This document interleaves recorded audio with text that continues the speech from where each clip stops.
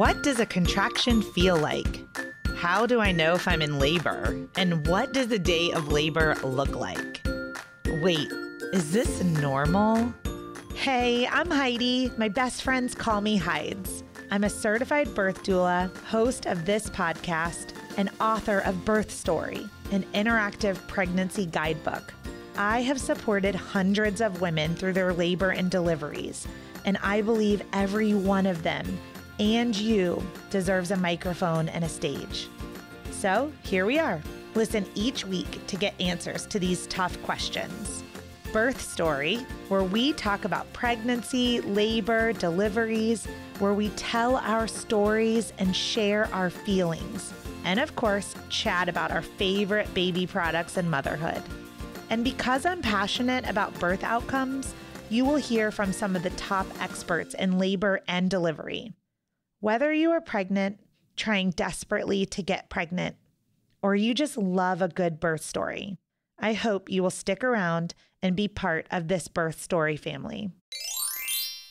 So let's say you're pregnant. That's why you're listening to the Birth Story podcast, and you're preparing for a hospital birth that's upcoming. And of course, this podcast gives you tons of free information, right? But do you really understand the stages of labor? How to know when you're in labor? What if you have to have an induction? What about a cesarean section? What about all of the decisions that you have to make once you get to the hospital? So you get there and then they put you in triage. Birth Story Academy walks you through all the things that happen, like that rapid fire with monitoring and blood work and questions and IV ports. And do you want an epidural? I don't know. Do you? In Birth Story Academy, we literally break down all of those decisions, pros, cons, risks, benefits, intuition. And we get into it. We make birth plans, we do birth visions, we listen to birth affirmations and parenting affirmations. And at the end of it, you know exactly what's going to happen when you go into labor and when you get to the hospital. What's going to happen after you give birth, newborn care preferences, how to take care of your baby. So I guess what I'm getting at is, if you're not in Birth Story Academy, what's your plan, right? I want to be your teacher.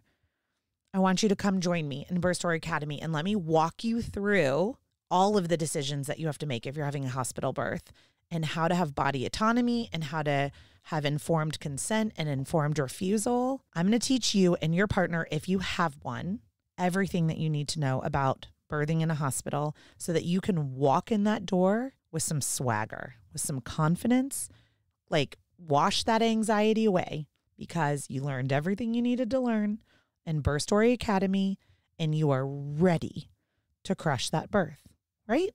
Okay, let's do it. And let's get to this episode. Hey, Katy, welcome to the Birth Story podcast. I'm so happy to be here. I am so happy.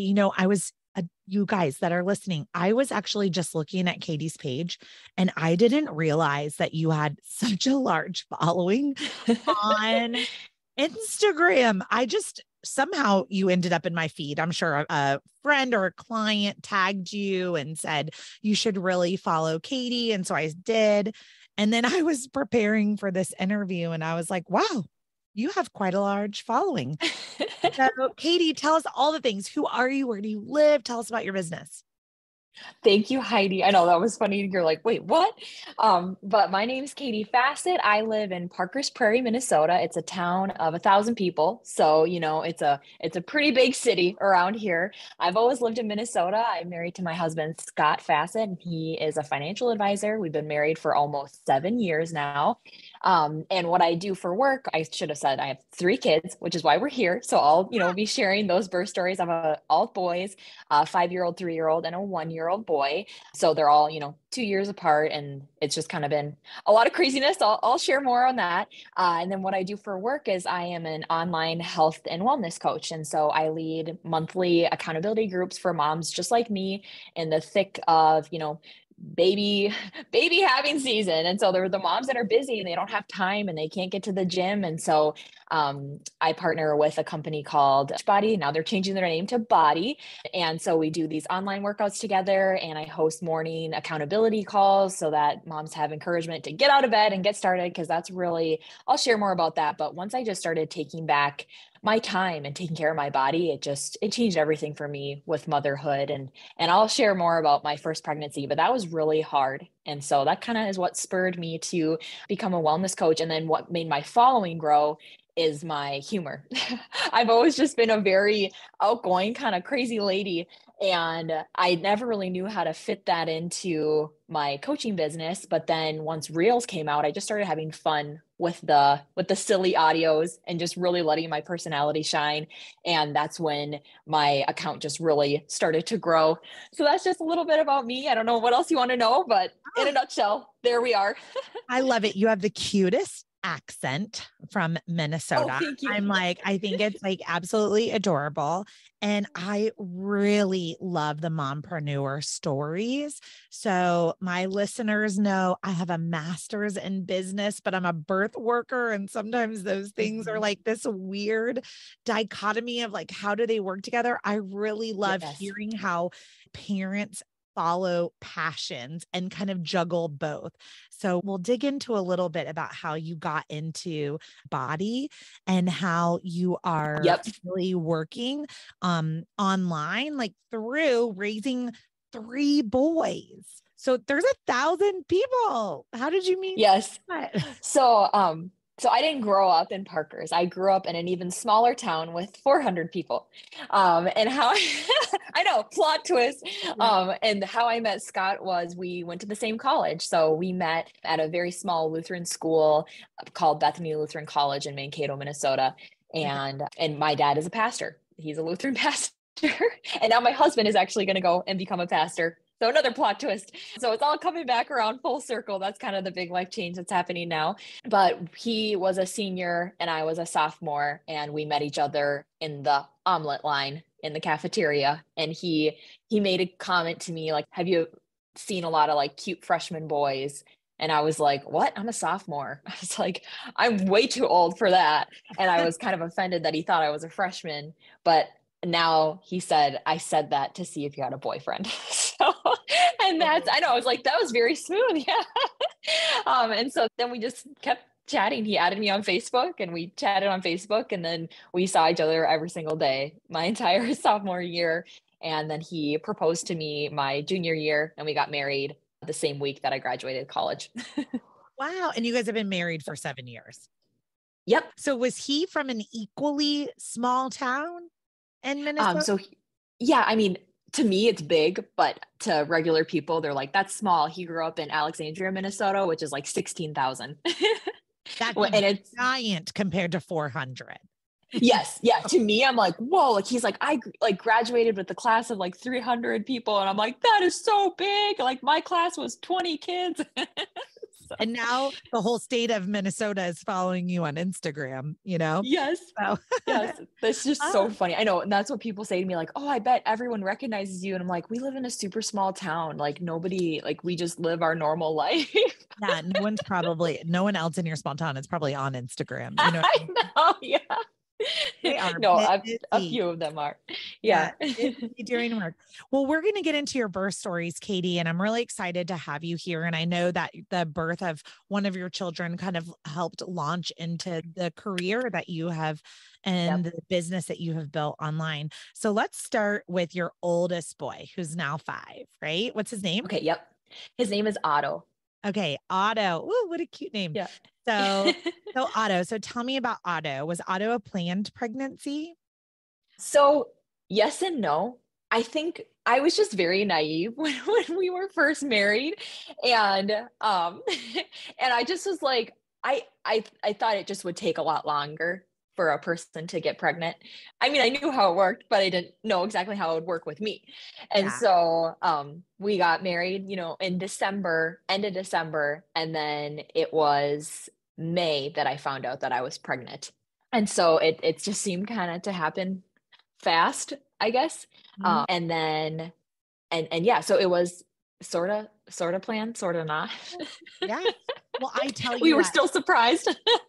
so surprised. I'm sit on so many interviews as like people trying looking for a doula and they like come from both ends of the spectrum. They're like, we've been trying for 5 years and we've done IVF and Yep. office fertility. And then they're like, we're scared because we didn't think we would get pregnant that fast. And now Yes. Oh we're yeah, I know. not Yeah. ready and we don't know what to do, So Yes. it kind of took you by surprise. All right. So I know that with Otto, you had an epidural and then Yep. you had unmedicated births with the other two. So today Mm-hmm. we're going to really kind of talk about the differences and like what led and or fed into that mindset or the types of labors that you had, whether it was a choice or not, I don't even know. And so let's talk about, preparing for Otto's birth. How did your pregnancy go and kind of what were you envisioning? So my pregnancy was during one of the most stressful seasons of my life. I don't know if any of the listeners can relate to this, but I just really had motherhood and being a wife on a pedestal. And I thought that it would basically solve all my problems. Like once I'm a wife and a mom, everything will come easy for me.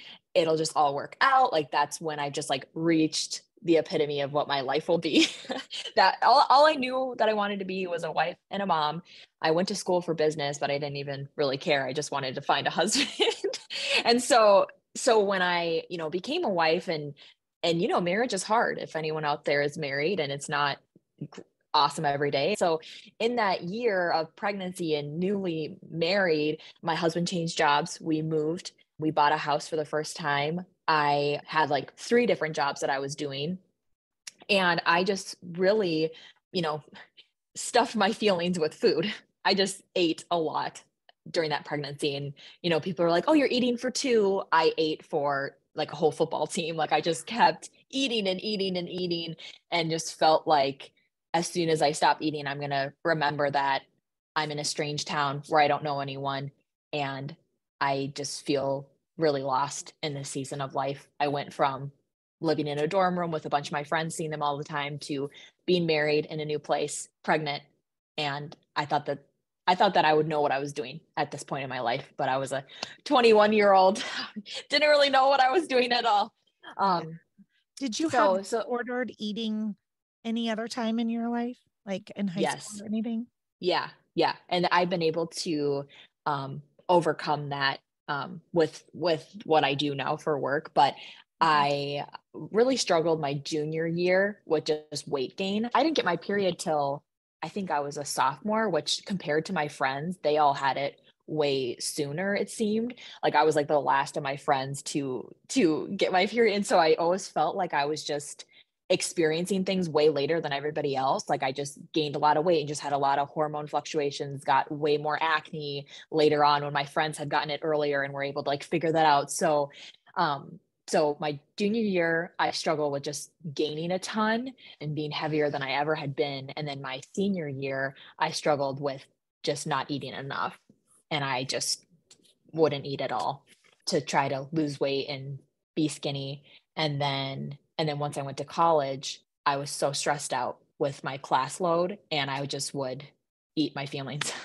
Mhm. So it just kind of came back with pregnancy. It just all came back and I Yeah. just fed my feelings with food. I was constantly like, Scott, can we go out to eat? Can we go get ice cream? I know we just had a whole pizza, but can we go get French fries? Like I don't know. It was like the insatiable need to feel something. I don't know. It was just, and I gained about 70 pounds with that pregnancy because of that.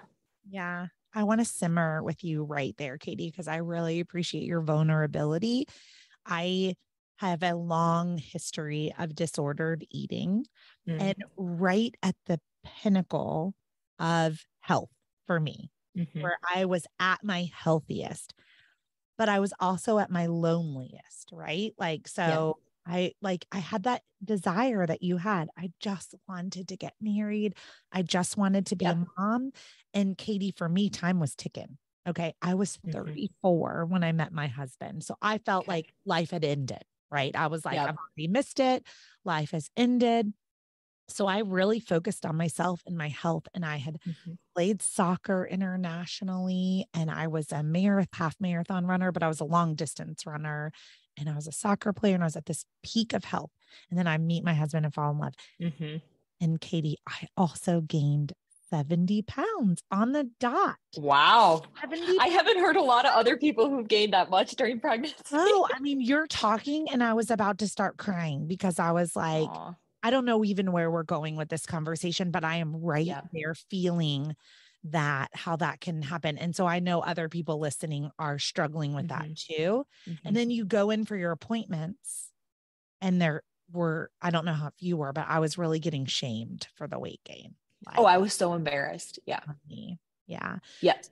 So tell me a little bit more about that pregnancy. Like, were you moving your body and staying healthy in other ways?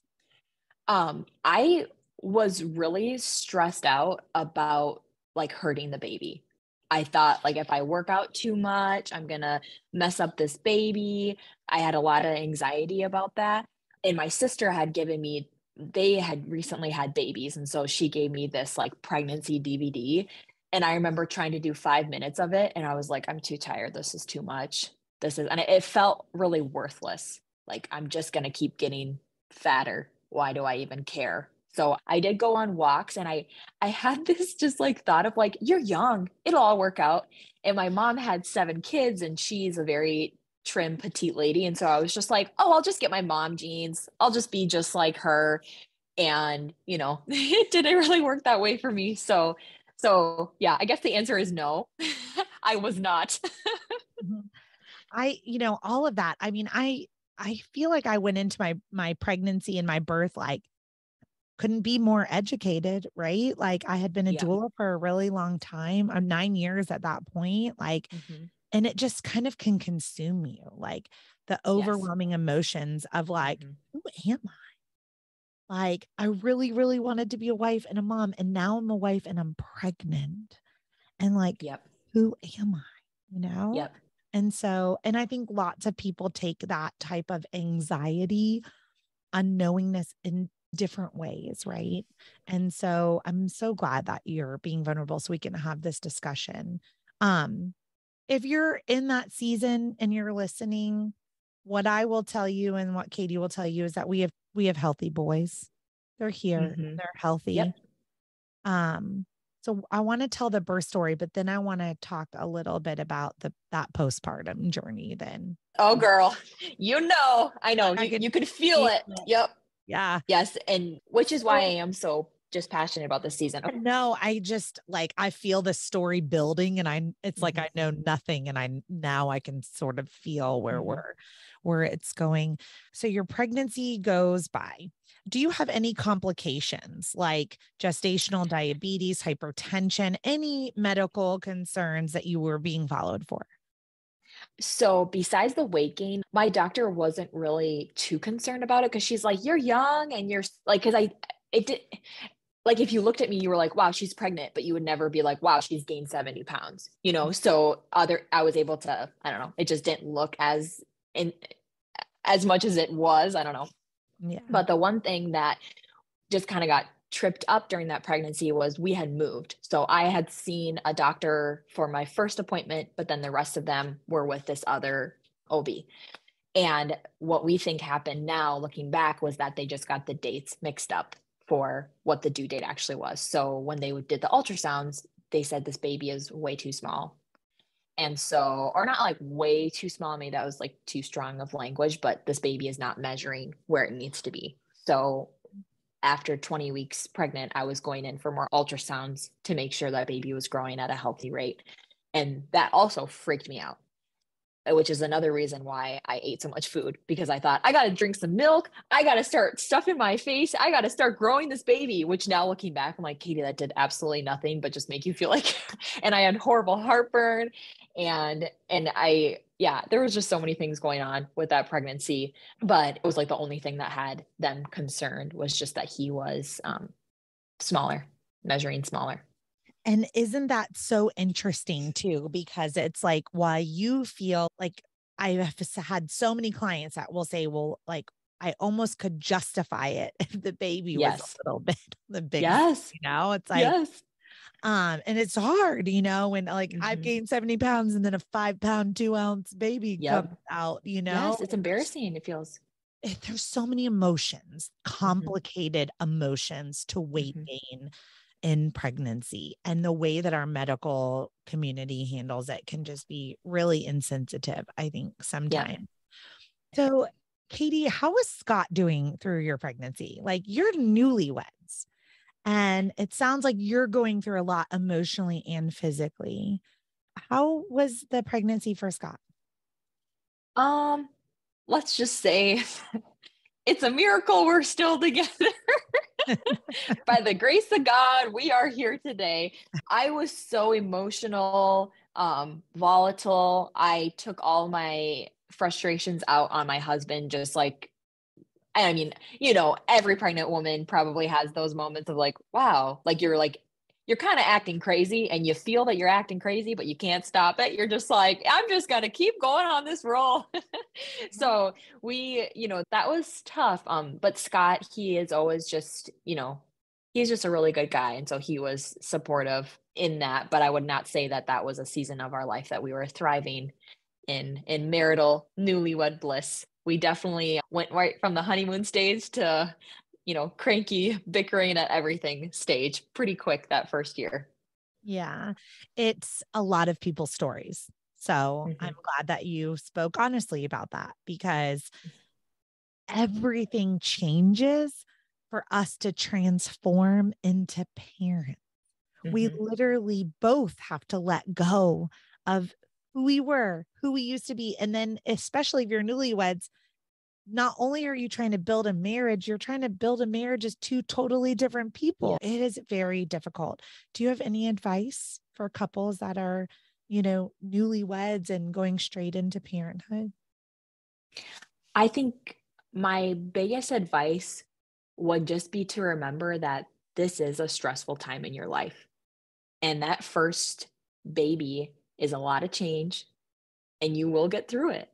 Like Scott and I, we have an awesome marriage now, and it's just like he is my best friend and he is the best dad.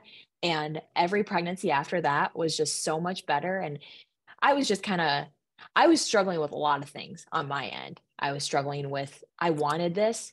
Why do I feel like I don't want this now?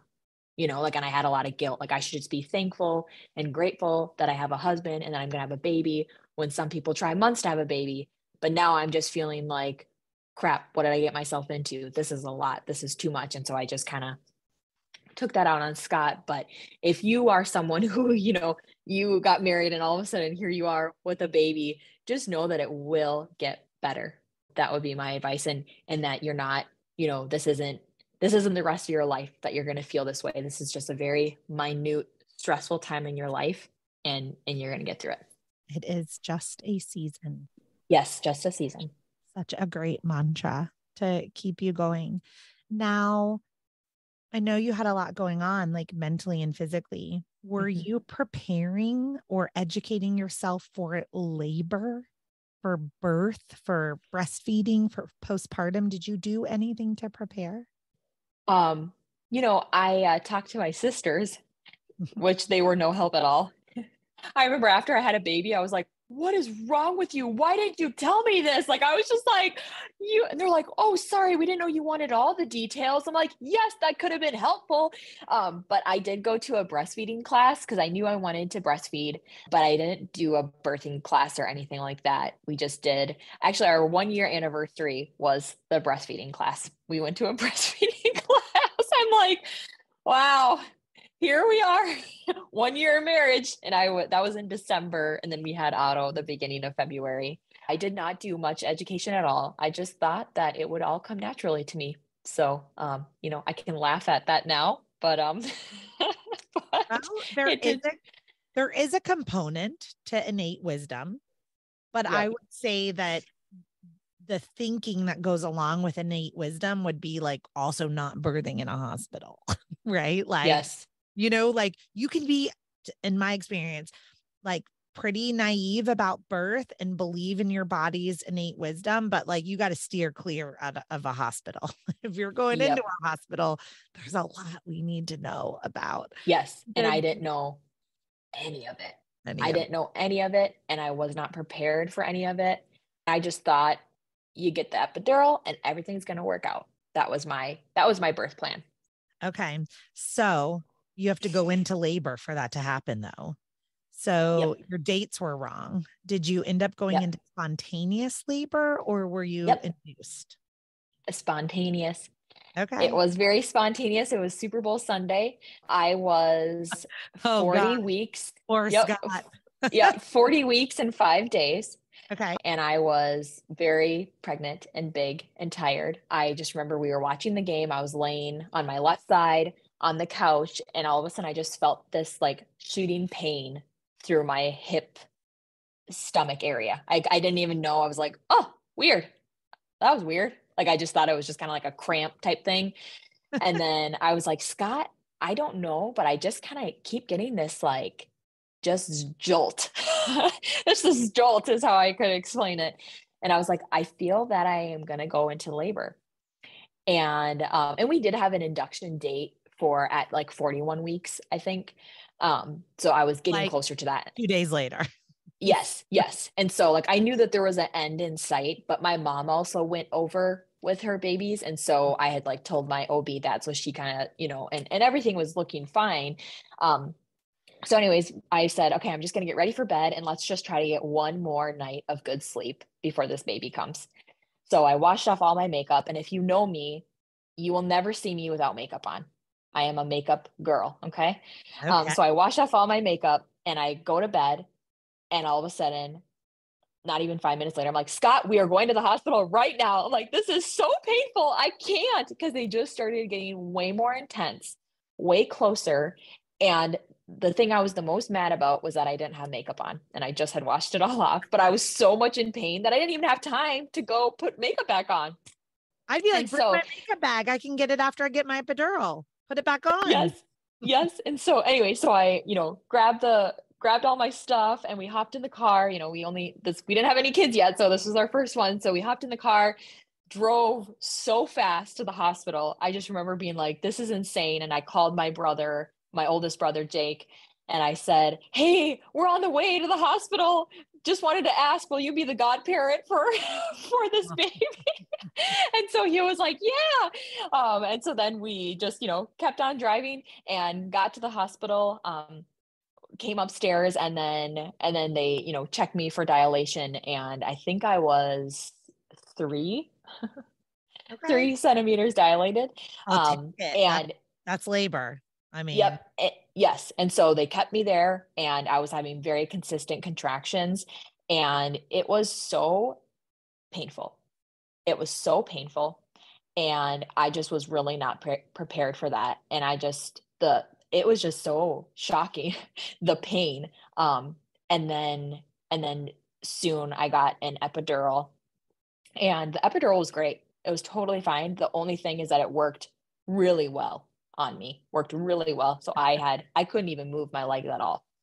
I felt absolutely nothing.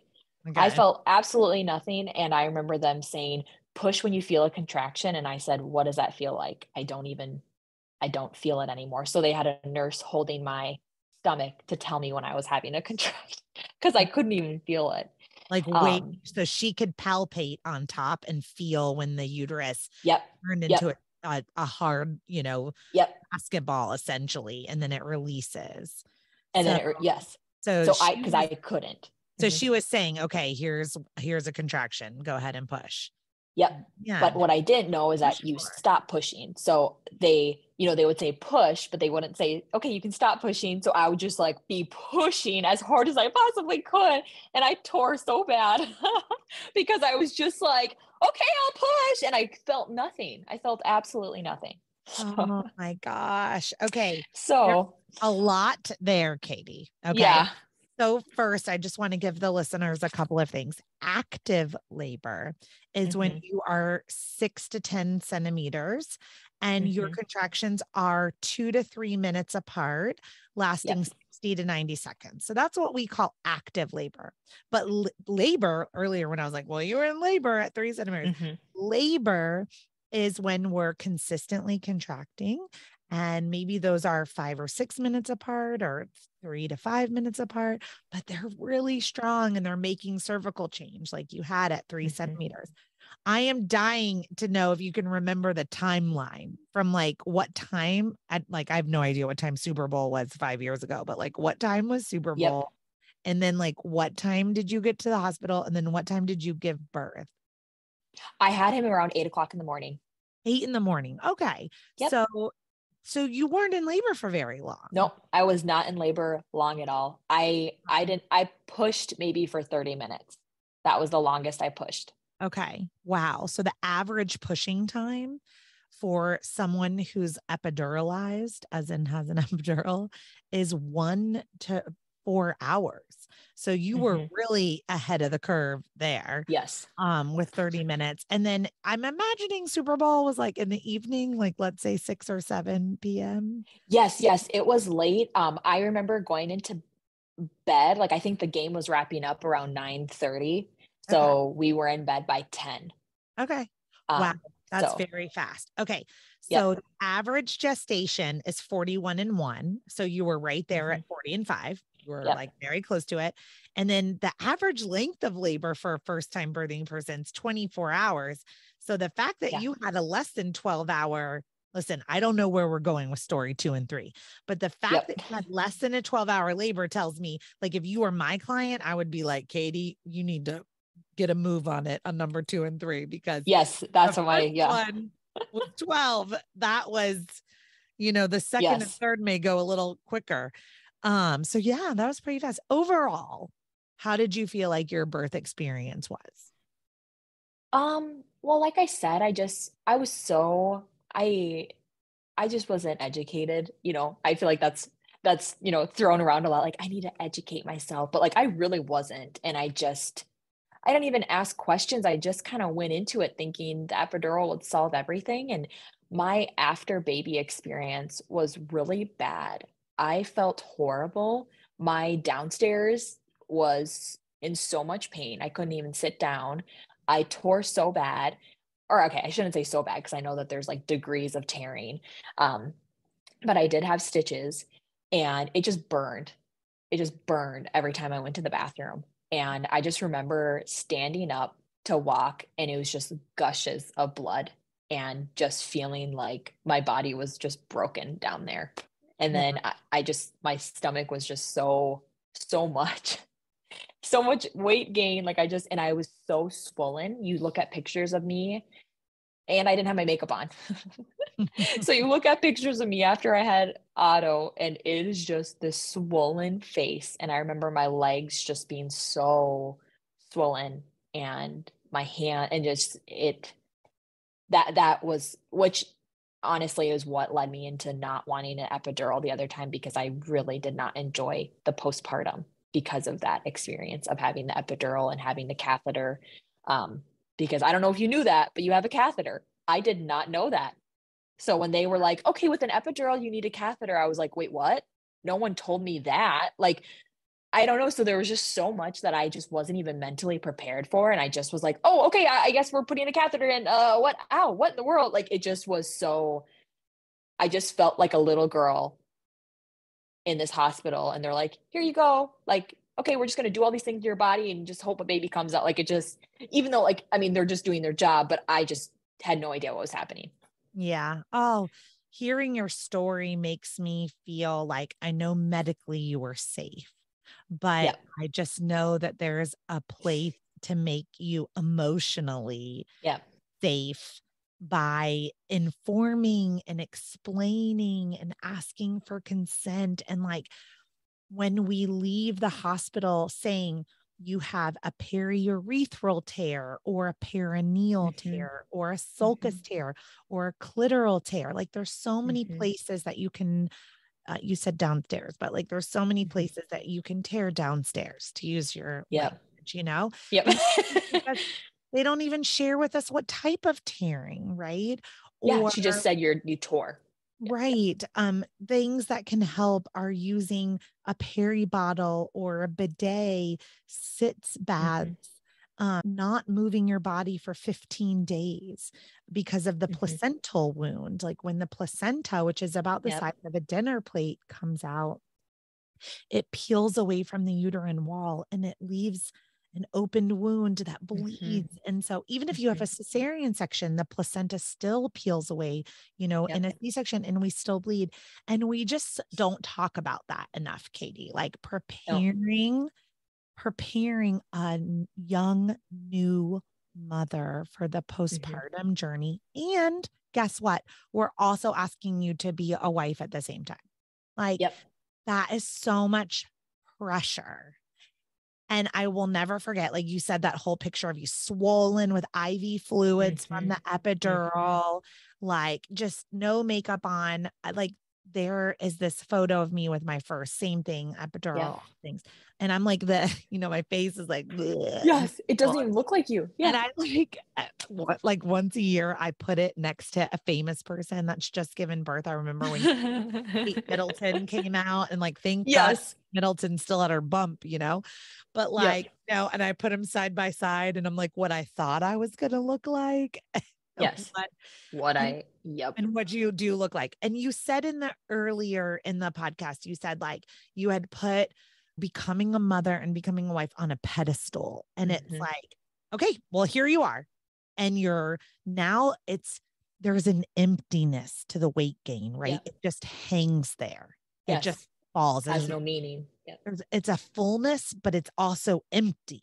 And then we wake up and milk is spilling out of our breasts and we're swollen and it's hard to walk and it's hard to pee. And then we're looking at our spouse like, do you love me? Do you want Yes. me? Am Yes. I worthy? Mm-hmm. I can feel all of those things.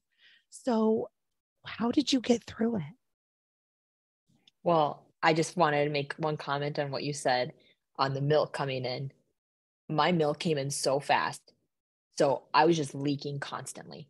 My milk came in at like 20 weeks pregnant. I started leaking. And then when I had baby, it was just like a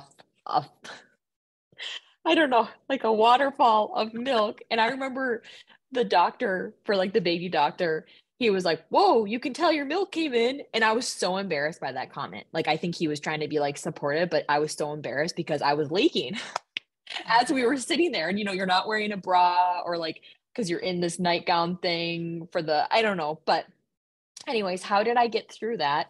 That's a very good question, Heidi, because I don't know if I did get through it. Like, I just felt that was the worst postpartum ever. I was so You alone. survived it.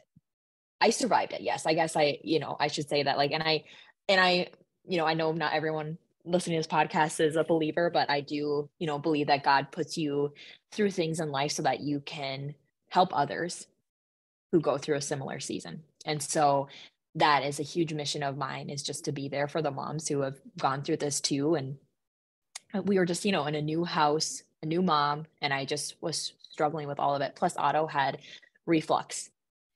And so I remember being really embarrassed because he kept spitting up the breast milk. And the nurse said, like, "I think you're feeding him enough," making me feel like I'm giving him too much breast milk, which, like, isn't true. Like, babies will be done when they're done. And so I felt really embarrassed. Like, here I go. I gained too much weight. I'm producing too much milk, but my baby is small. Like, I just felt like he's spitting up all the milk. It's all my fault. I suck at this. This was supposed to be my ticket for life. This was supposed to be my most awesome moment ever. And instead, I feel so worthless. I feel like I will never be good at this. And I already stink. And I just became a mom. So those were just kind of my feelings. And I know that I had postpartum depression and anxiety, but I never got help for it with my first. So I just struggled that whole year. Yeah. But I'm here today and I can say You it's better are. now. And I was going to say too, like, sometimes the people around us can recognize it and sometimes they can't. Scott's over there like, I don't know what's normal. I don't know if this is how she's supposed to be acting right after she had a baby. Is this how all people act? You know, there is surviving in postpartum and then there is thriving in postpartum, and that is a possibility. And so I hope we'll talk a little bit about that, because I know you've had two more stories, and one of them is 1 year old. And I can already just tell in the energy that you're in a really good mental space and a really good physical space. One piece that I forgot to ask at the end, I'm like, but wait, but how much did he weigh when he came out too? He ended up being 7 pounds, 6 ounces. So exactly average. Okay. Yep. So he was totally fine. My OB did say after I had him, she said, I think she said the placenta was like deteriorating basically. So she's like, I think that maybe, I don't know. I don't know what was going on with that. She's like, but I think you were like this, you needed to have this baby now. Like it was at the end. So it's calcifications start at the end. Okay. So it starts to calcify and it kind of gets a graying to it versus that like bright, amazing kind of purpley red color of like healthy blood, you know? So that's probably just what she was noting, is maybe it was a little grayed and a little calcified, which there's just aged. It's an organ that has an age, it has a life. And guess what? Your body was so smart. It knew exactly when to put you into labor, right? It knew when its expiration date was, and it knew when he was safer on the outside than on the inside. Like, and that's how smart our bodies are. So you have a 5, a 3, and a 1. So like, it wasn't a long time, Katy, before you got pregnant again. So like, let's kind of talk about, like, there was a 24-month period, presumably, between those two. And then, you know, it's a 10-month pregnancy. So we've got just over a year, right? From day one of all those feelings that we were just talking about to like 14, 15 months later, whenever it was that you got pregnant again, like, did things change for you before you got pregnant again? Or did you just get pregnant again and then took action on some things in your life? I would say a little bit of both. For me, my postpartum like depression, anxiety is so tied to breastfeeding. I just feel like I'm very hormonal while I'm breastfeeding. And I also feel bad for like the listeners who maybe don't have kids yet. I don't want to make you like freak out by all this, because your story is probably going to be way different than mine. So anyways, hopefully I'm not like scaring you. But I just when I was done breastfeeding, I felt just so ready for another baby. Like I remember when Otto turned 1, and I just had worked through a lot. And I've always known that I wanted a big family and that I wanted kids close in age.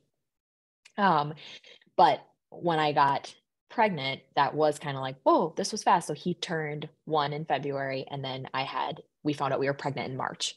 Okay. So 13 months later. So I don't know. I just think like we just grew so much that year. And to be honest, Otto was such a difficult baby because of the reflux. And so we just dealt with a lot.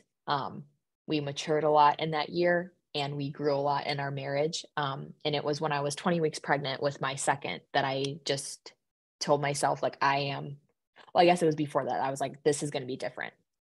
I didn't know how it was going to be different, but I wanted it to be different. And it was at 20 weeks pregnant that I joined my first accountability group. And that's when I started the health coaching. You said it is going to be different. What is it? It is my pregnancy, me as a mom. It basically is my life. Okay. I was really struggling.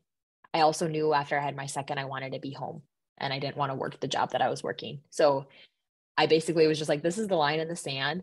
I knew that God made me for more than feeling sorry for myself and stewing on all these hardships that I have, and that I can move on from this and do something. And heal. Was God putting people in your life to support you at that time? Yes. Yes. I just felt that I started to just recognize things more, and just even like following accounts that talked about the same things that I had experienced. And the coach that I ended up joining, her name is Molly.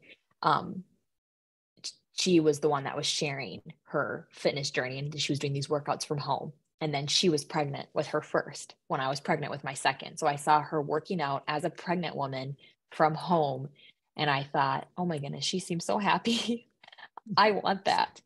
And so when she invited me to join her group, I was just like, I am in. I am in, because whatever I was just doing did not work. It was basically just like, I am willing to try anything right now to not have that happen again. And so I just started to exercise while I was pregnant, which scared me the first time. But I was like, Katy, God made our bodies perfectly to do this. Like, he made us to be able to carry babies. So I'm pretty sure back in the day, in the pioneer days, they were out, doing chores. I'm like, I'm pretty sure I can do a prenatal workout from home. I'm just like, I just kind of had this moment of like, you are not weak. You are not a fragile little thing that can't do anything while pregnant. Like, you were made for this. And I just had this confidence as a mom, and just in my own body and what I'm capable of. And that was the best pregnancy ever. I gained the least amount of weight. I just enjoyed every minute of it. I had no heartburn, no back pain. It was awesome. Because you focused on nutrition. You Yes. focused Yep. on moving your Movement body. and Okay. mindset. And Mindset. I started listening to podcasts. I started reading books again. I started to journal every single day. I would wake up early just to have some time to myself.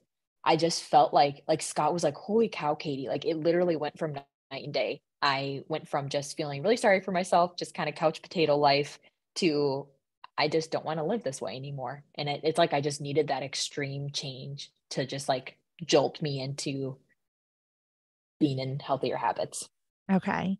I know it sounds kind of crazy. It's not crazy. I have a girlfriend from high school, Christy Quinn, and she has a very similar story to yours. And she is a beach body or a body coach. Oh, okay. And I follow her on Instagram, and I will say, like, one of the things that just through my pregnancies and through my life was that what you just said, waking up early, journaling every day, and just carving out that self-care time. Yep. Because you weren't taught that, right? Yeah. Your mom had 7 children. Yeah. Like, it's possible to carve out self-care time, but she probably didn't carve out self-care time. Or if she did, you weren't witness to it as the child, right? Yep. So it's also so important that we have this self-care, but we let our kids see it. Yep. And we have that boundary, right? Like, for me, mine's the Peloton. And I'll keep the door open. I'm like, come watch mommy work out on the Peloton. I want you to see me moving my body, but I also want you to know mommy is not going to help you for the next 45 minutes with whatever it is that you're asking me for, like, it is so important. But Christy she was my Molly, to kind of like, and it takes one person. Yes, that's all it takes. Life. One person. And Katy, you're that one person for so many people. Look at the ripples, right?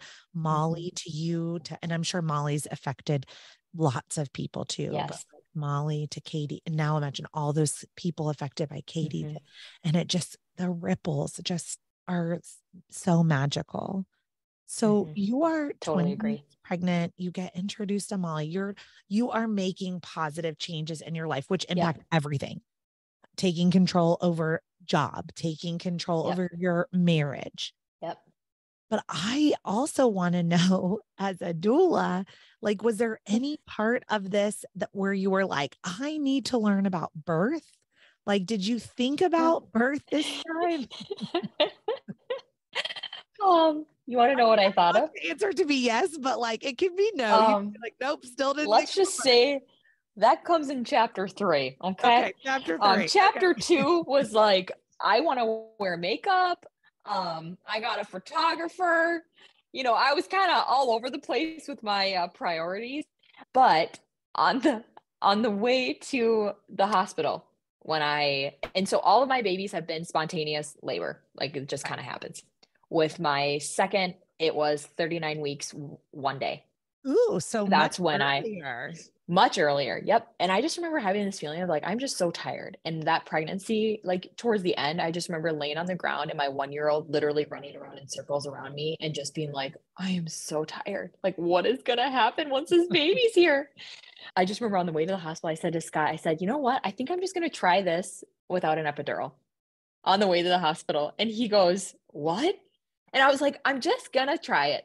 That was, I was like, you know what? I'm just like, I had this like feeling of like, I am this like powerful woman and I can do this thing. Like, I just like, I don't even know. Like, it was just like, I was like, I can just freaking do this. And so anyways, we get to the hospital and it was the same kind of story. All my labors are within like 12 hours. Like the moment I start having contractions, it's usually about 12 hours later this baby comes. And my middle is Oli.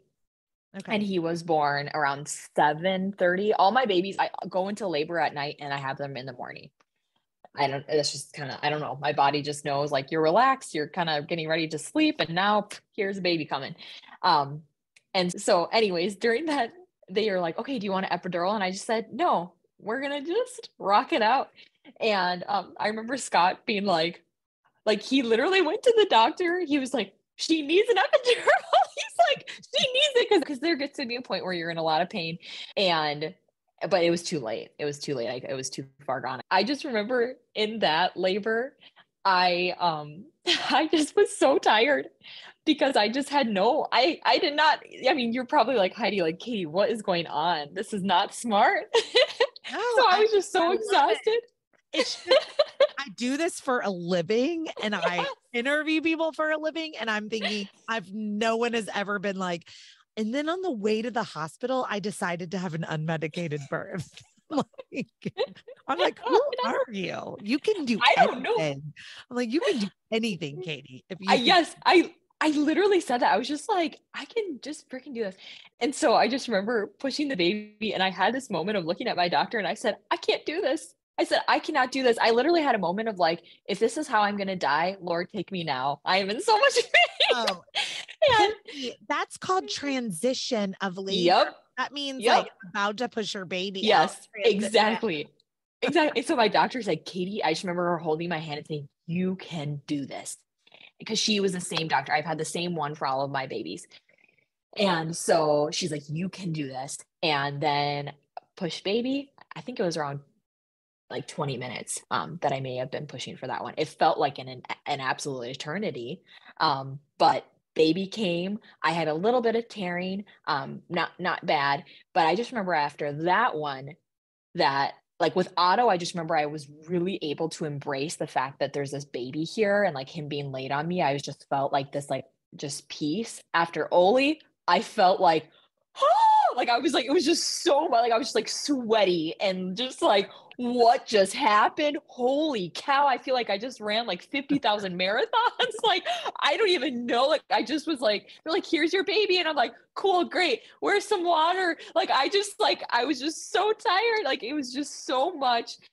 So it was just hilarious, like just the difference. So anyway, so I will say with an epidural, there's something about that, just not having that, like, I mean, how I experienced epidural, I felt very relaxed with it. And so when the baby was there, but I'll get to the third labor because that was the best. I would say the third was just everything just fell into place. But that was my second and as far as the postpartum for it, it was very hard because I had this little kid who was not even 2 and he actually broke his leg when Oli was about 2, almost 3 weeks old. Scott was walking down the stairs with him and he slipped and he kind of had Otto like on his side hip. So like Otto's back leg was, on his back. I don't know if you can picture that. And so he fell on his back and Otto's leg was in between the stairs and Scott's back. And so he broke his leg. So he had a cast. And so I had this whiny toddler who it was just so sad. So I have all these emotions because all of a sudden I have this baby and I can't give all my attention to this other kid. And so I got, I had depression and anxiety and all the feelings again flooding back. But this time Scott said something to me and he said, Katy, I think you need help. And I yelled at him. I said, you don't think I can do this? You think that I'm bad? You don't think I can handle this? And then as soon as I had a moment to just breathe, I said, yeah, I need help. Yeah. And so I reached out to my OB and then she connected me with this doctor and then I talked to her and then I ended up going on medication for postpartum anxiety and depression. Was it Zoloft? Yes. Okay, good. Yep. That's one of the most effective, well-studied. I joke in my doula group, we have like a Zoloft thread, like all the people that are on Zoloft. One of the things I wanted to mention to you, which I feel like maybe no one's ever mentioned to you, there is actually a real condition called DMER, DMER. Essentially, it's associated with breastfeeding. When the baby goes to the breast and you have a letdown of milk. So even if the baby's not on the breast and you have a letdown of milk, it is an overwhelming feeling of doom and despair for like 1 minute. Yes. Okay. And then it just kind of like, and then it just sits there and kind of sinks in. But it's like 1 minute of like, and that's a real condition, Katy. It's called DMER. You should Google it. I have a feeling that's what you had. I would 100% believe that because it is just so tied to, and I get very anxious about if the baby's getting enough and feeding schedules and sleeping schedule. And I turn into a different person. So as soon as I'm done breastfeeding, I'm like, oh, I'm me again. Like, it's just like and I had someone with my third, they're like, why don't you just keep breastfeeding? And I was like, I cannot, like, I made it a year and I just have to say, thank you, Lord, for giving me this time of 12 months. And I need to just move on now. Yeah. Because it becomes a lot for me. So anyways, but thank you for telling me that. I've never heard that. Yeah. It's a lot for a lot of people. Postpartum depression and anxiety, you guys, it is hormonal. It is chemical. It is not Katy. It is hormones. And when our hormones are balanced and our mind and our gut and everything is in sync, then we are better. We are whole. So we can choose to go through for a year, 2 years, however long. But I need people to hear you. It is okay to also choose yourself. It is okay to choose yourself and to not keep going. Zoloft is a medication that can help. There are other medications that can help. There are natural things that can help, but sometimes you just need the strong stuff. So now we're going to like zip it on over to the third. Yep. I know we're running out of time here. Like, I want to bring it home. Let's bring it home, Katy. Yes. So, you get pregnant again. This one took a little bit more. I would say that I felt like, oh no, am I not able to get pregnant again? So it was like a little over 2 years. So I was tracking and actually my sister and I were both kind of trying around the same time and we ended up being pregnant at the same time and our babies are a week apart. Oh my goodness, the third baby. So that's when we found out we were pregnant. And then that pregnancy, I was just like, okay, it is time to really take control of this. And so I listened to the hypnobirthing. I just started to really think about it, talk to other moms, just visualize how I want this to go. And and I was like, oh, I should get a doula, but then I was kind of too late to the game. And I don't know, I was like, there was a lot at the end. Like I remember the last couple of months of my pregnancy, like, oh crap, Katy, oh my goodness, you wanted to do all these things and you totally didn't. So I basically just, did what I could in the amount of time that I had by being distracted by 2 other tiny children and running a business, all the things. And that was actually when my account started to grow a ton, was at the end of my pregnancy, because that's when reels had come out and that's when I started just sharing like funny pregnancy reels. And so that was just a fun time in my life. But that hypnobirthing book really helped. It was just like an audio book and I just listened to it. And then I became like a part of like this hypnobirthing page too. And I just started talking to other moms who, wanted to do it natural, unmedicated. Okay. Who planted that seed for you about birth? Who told you about it? It was my friend. Her name's Carla. and she was in one of my accountability groups, and we connected because as I started coaching, I just started to share my story, and I really started to connect to other women through that. And she had had a way more traumatic birth than I did with her first. And then she just told me about this hypnobirthing, and she told me to start listening to the book and just kind of just encouraged me with it. Like, this is just so helpful. And so I just felt so much more confident going into my third pregnancy. And I just had this feeling of like, I am a mother.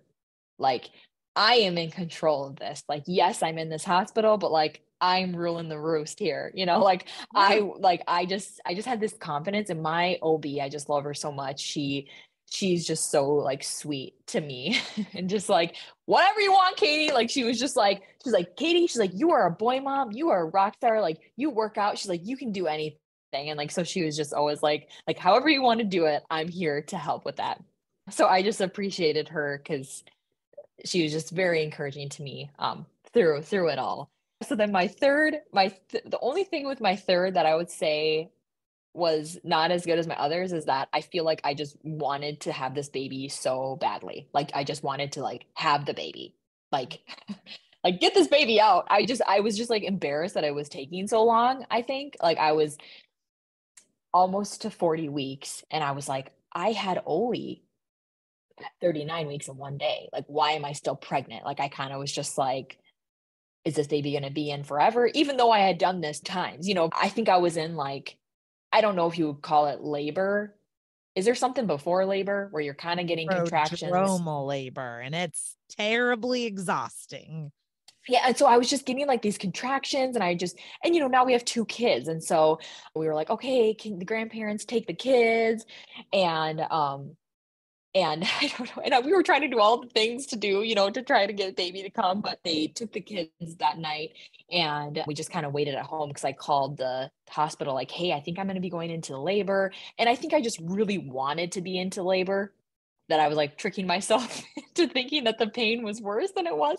And I remember on the way to the hospital, this is how you know that you're not actually in labor. I was like, you know what, Scott, I think just contractions don't really bother me anymore because these aren't really, I'm like, I just feel like I'm just like tougher now or something.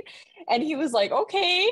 And I just was not actually having like legit contractions. It was just like, I don't know, pre-game. They were legit contractions. Okay. Okay. Yeah. But the difference between prodromal labor and active labor, prodromal labor is when your contractions are kind of all over the place. Yes. Yep. 12 minutes, 15 minutes, 6 minutes, 3 minutes, 12 minutes, and they're less than 60 seconds. So okay.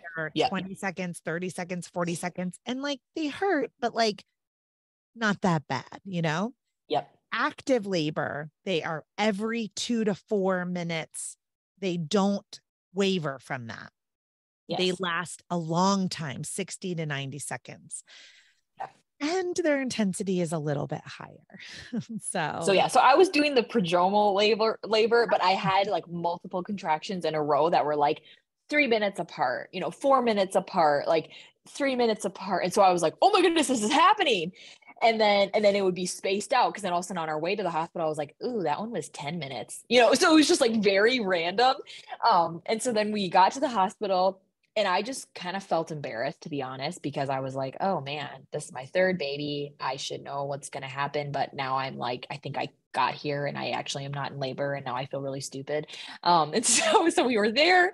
And so many people have done that a million times over. Yes, exactly. And so I just felt silly, like, Katy, oh my goodness, you should know what you're doing. But we stayed and I just like was crossing my fingers. She did check, to see if I was dilated. And I think it was like 1.5.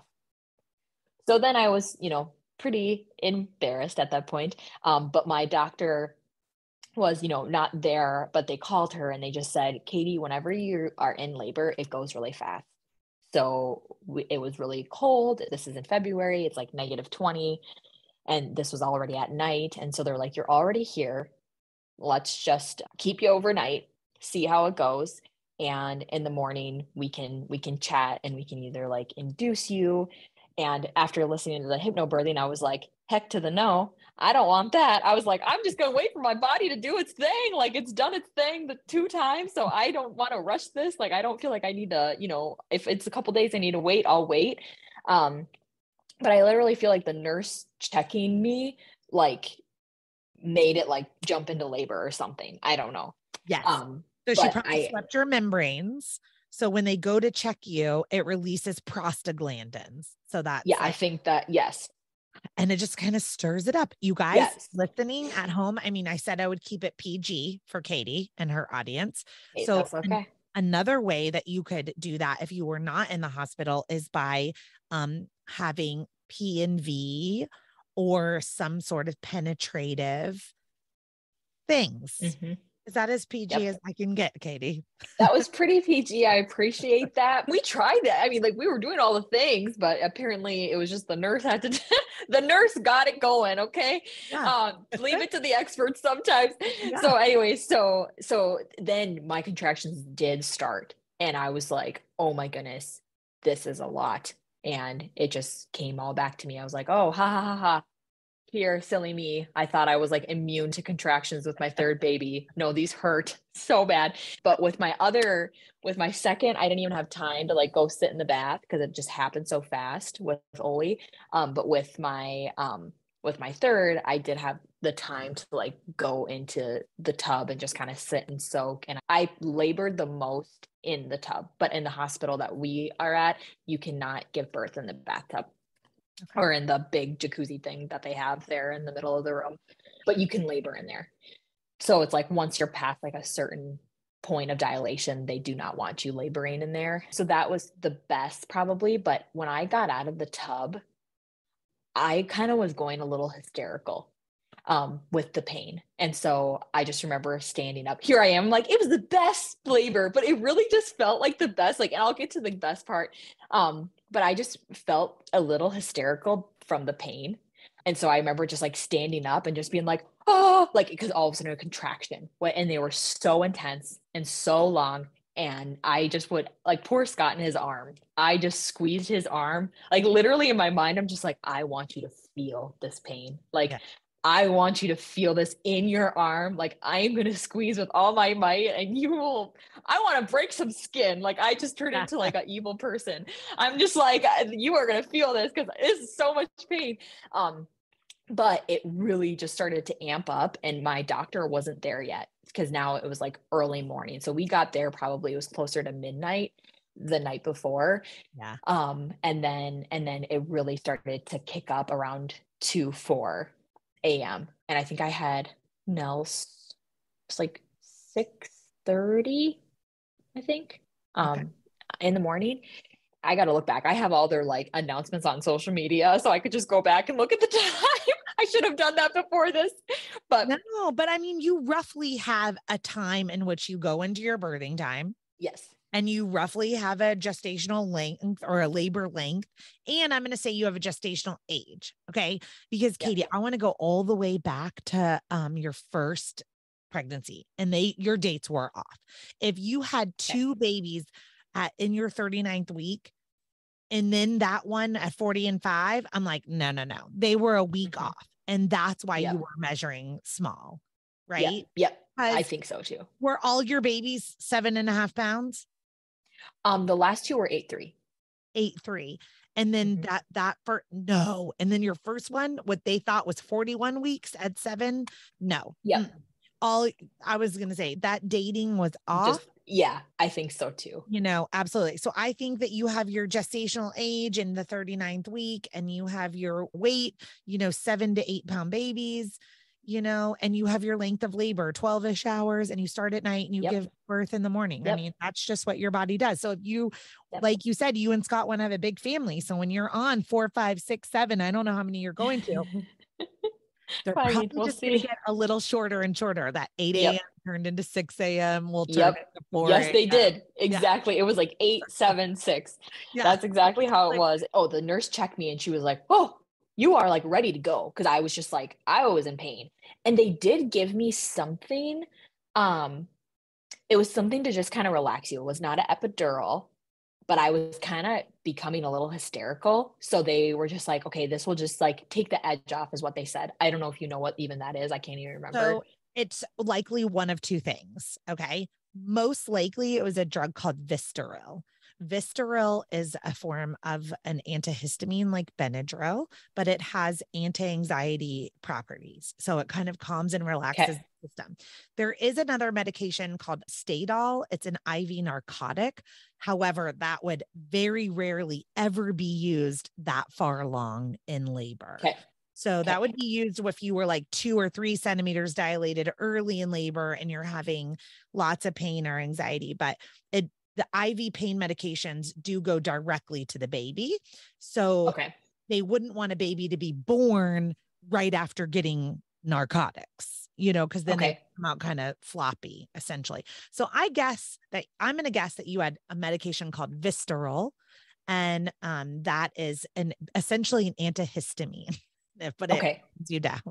I don't know. But whatever it was, because I remember the nurse being like, because it was just like, I don't know, which I think, is when you're just really getting ready to have this baby.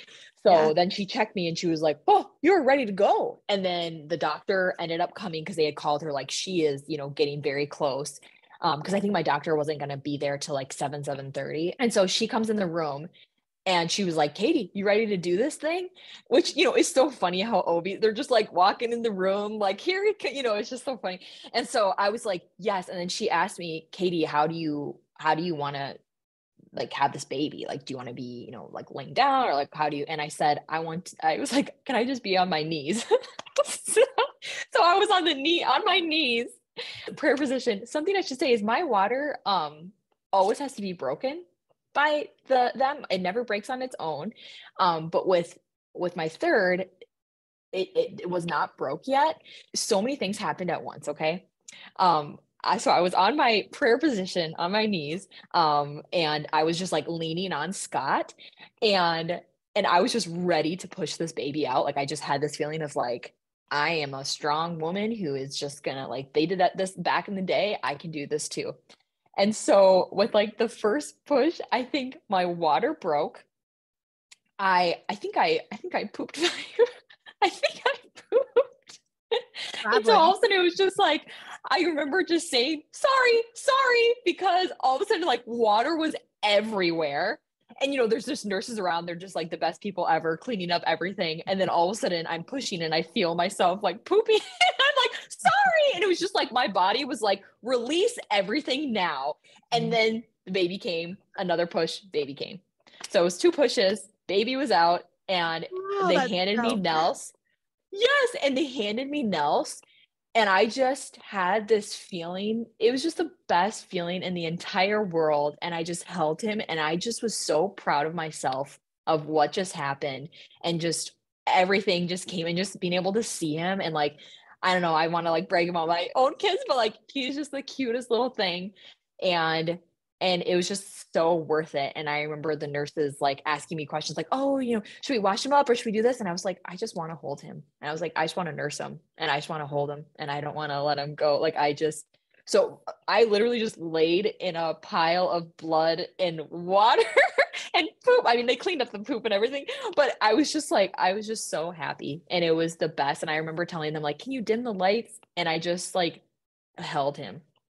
And they gave me that space, and I so appreciated that, because I remember the nurse came, and she like, the other nurse had to go, and so it was a new nurse, and she's like, hey, and she was like super loud. And I mean, she was really sweet, but I was just like, she's like, can I get you anything? And I was like, honestly, I just want to sit here with him, and I just want to be alone. And she was like, awesome. And then she just left. And so I was just able to nurse him. I literally just like nursed him for like an hour. Like, I just like sat there, and I was just so happy. And I remember Scott fell asleep. And so he was sleeping, and I just was so happy. Just like all these feelings are just like, Katy, you freaking did it. Like, you did it again, and you have this baby. And then after that, then Scott held him. And then I just went and I sat in the bath again, and I washed off everything. And I felt so good afterwards. I felt so good.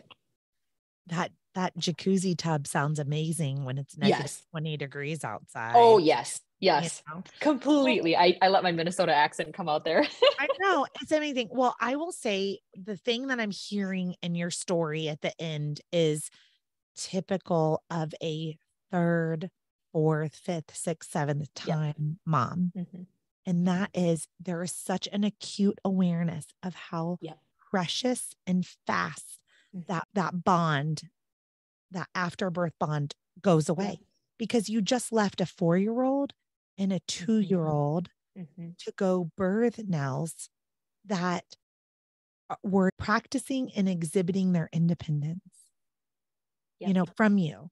And so we have this like sacred time with our babies, and then they start to crawl, and then they start to stand up, and then they start to walk, and they get a little bit further and a little bit further. And so like when we have that, just like that, such that special time, that first moments, that first year, I think it hits us harder on subsequent births, because we are watching the bigs get bigger. And we're like, just stay here for as long as you can, Yes. Oh, it's so true. And you just have this feeling of like, you need me and I need you.